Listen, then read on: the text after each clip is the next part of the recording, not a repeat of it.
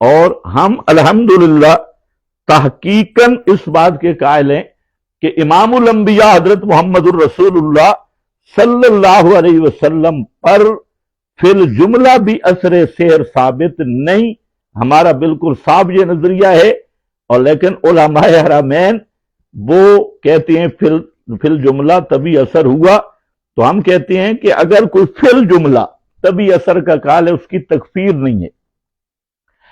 اختلاف ہو سکتا ہے نظریے کا، لیکن اگر کوئی آدمی غلو کر کے امام الانبیاء صلی اللہ علیہ وسلم پر جادو اور سحر کا اثر اس طرح مانتا ہے کہ آپ کا دماغ مغلوب ہو گیا شیطانی تسلط سے، یا آپ کا عقل پہ وہ غلبہ ہو گیا، دل پہ غلبہ ہو گیا شیطان کا، تو ایسا عقیدہ رکھنے والا خود ابلیس ہے اور قطعی کافر بے دین ہے. تو یہ مسئلہ الگ ہے. اصل بات جو ہے وہ سمجھنی چاہیے اور اس میں ضد بازی نہیں کرنی چاہیے. جی بھائی بہت سارے لوگ جو ہے وہ سوال پوچھ رہے ہیں کہ آپ نے عمرہ کیا ہے اور حلق نہیں کرایا. اس پر تھوڑی سی بات. بہت اچھی بات ہے. میں نے الحمدللہ اس سفر میں عمرہ نہیں عمرے کیے، اور یہ جو ابھی بھی ایک عمرہ باقی ہے شاید ان کی خواہش بھی پوری ہو جائے. ابھی انشاءاللہ کل پرسوں ہم ایک اور عمرہ بھی کریں گے. تو ممکن ہے ان حضرات کی جن کو ہمارے بالوں سے تکلیف ہے تو ہو سکتا ہے ان کی خواہش اور تمنا پوری ہو جائے. تو بہرحال امکان کی حد تک باقی رہ گیا شرعی مسئلہ. تو قرآن پاک میں موجود ہے محلقین بھی اور مقصرین بھی. اللہ تعالیٰ نے دو آپشن دیے ہیں. ایک آپشن دیے حلق کا، حلق کا معنی سر منڈانا، اور دوسرا جو آپشن دیا ہے وہ قصر کا ہے. اور بالوں کا قصر یہ اتنے بال کٹوانا 1 انچ جتنے پورے سر سے، تو یہ قصر ہے. تو یہ بھی قرآنی حکم ہے. اور میرے ذہن میں سوچ بھی یہی آئی کہ اکثر لوگوں کو قصر کا پتہ ہی نہیں ہے، یا جو کرتے ہیں تو وہ غلط کرتے ہیں. تو جیسے حلق قرآن پاک سے ثابت ہے، اسی طرح قصر یہ بھی قرآن سے ثابت ہے. اور قصر پورے سر کے 1 انچ جتنے، جہاں اتنا بنتا ہے اتنے بال کٹانا. تو الحمدللہ پہلے میرے بال یہاں تھے، یہاں تک آ رہے تھے، اور اب یہاں تو پہنچ گئے، اللہ جانے اب کہاں پہنچیں گے. تو ان کو بھی کہنا چاہتا ہوں جن کو ہمارے بالوں سے زیادہ جلن ہے اور زیادہ تکلیف ہے یا کوئی اور مسئلہ ہے، کہ آپ دعا کریں. ابھی کچھ ہمارے عمرے باقی ہیں تو ہو سکتا ہے آپ کی تمنا بھی پوری ہو جائے. وآخر دعوانا الحمدللہ.